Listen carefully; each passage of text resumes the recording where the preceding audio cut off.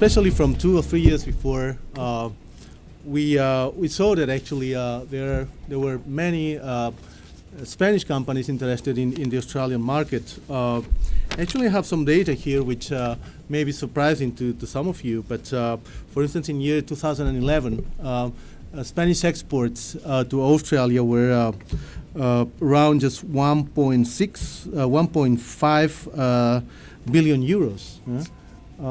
And if you compare this figure to the quantity that actually Spanish companies exported to India, for instance, we exported to India around just 1.33 billion euros. Based on that, and based on the projects that Australia has been showing the last 15 years, coming and back and forth, on renewables, on energy, on biotech, on nanotech, I have to say that the Barcelona surroundings and the Barcelona universities and the Barcelona entrepreneurs have shown interest in going abroad, and Australia is the farthest country we can go. Yeah. This is not in a fear for our companies, and this is I want to welcome all the companies and institutions that are here today. This is a platform for doing things in Asia. I think there have been many countries which have quite successfully used or thought about when they were thinking about their approach. In many ways, it's a lot easier from Australia, which is a much easier country culturally to deal with, and of course we're essentially in the same time zone, and there is a very large amount of Australian business effort in South Asia and in the whole time zone up to China and up to Japan. So I think one should think about Australia a little bit in that context as well, as a possible platform for companies who are interested in the Asian part of the world, the East Asian part of the world. The latest statistics for growth in Australia that just came out this week is that the country is experiencing 4.3% GDP growth this year.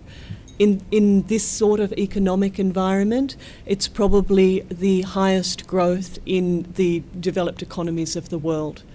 A lot of that growth right now is coming off the back of the mining industry, the mining of resources like iron ore in particular, and liquefied natural gas, LNG.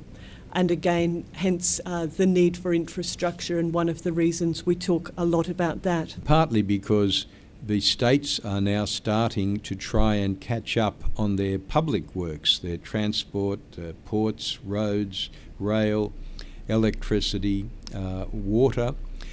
So there is, as Michelle mentioned, very high level of demand, and we're very interested in having a larger range of companies with appropriate skill and expertise. And frankly, and I'll talk a little bit about funding, we're also interested in people who are interested in private sector concessions, private investment in infrastructure, which Australia is a very sophisticated private infrastructure market. Through this period also, we already had Santander just established, Banco Santander had just established a presence in Sydney around the time I arrived here. BBVA has gone in, become a major financier of infrastructure projects in Australia. Santander has now upgraded its banking licence in Australia. Both are strategically placed in Australia because not only do we have this relationship with Asia, we have our very dominant mining sector developing quite significant relationships with Latin America. So that's another pathway between Australia and Spain, has been the Spanish relationship in Latin America and the Australians' emerging relationship with the mining sector in Latin America. If you expect people to come from Spain or anywhere in the world, or even if you expect, for example, Australian superannuation funds to invest in infrastructure, they have to know that there is a continuity of work, that there isn't just a project or maybe two projects and then nothing for 5 years. So our job is to evaluate projects, put them in a time frame, and try to avoid the tendency of politicians, at least in Australia, but I suspect in most countries, to choose projects not for their economic merit, but for their political merit. So the idea is that we are going to produce a evidence-based list of projects right across the board: road, rail, port, electricity, water, education, health, and even culture. The Sydney Opera House, which you can just see in the slide, has a submission to us that they want us to spend $1 billion on fixing the Opera House. I'm not sure they're going to get it very quickly, but there is massive demand for different sorts of infrastructure, including non-economic.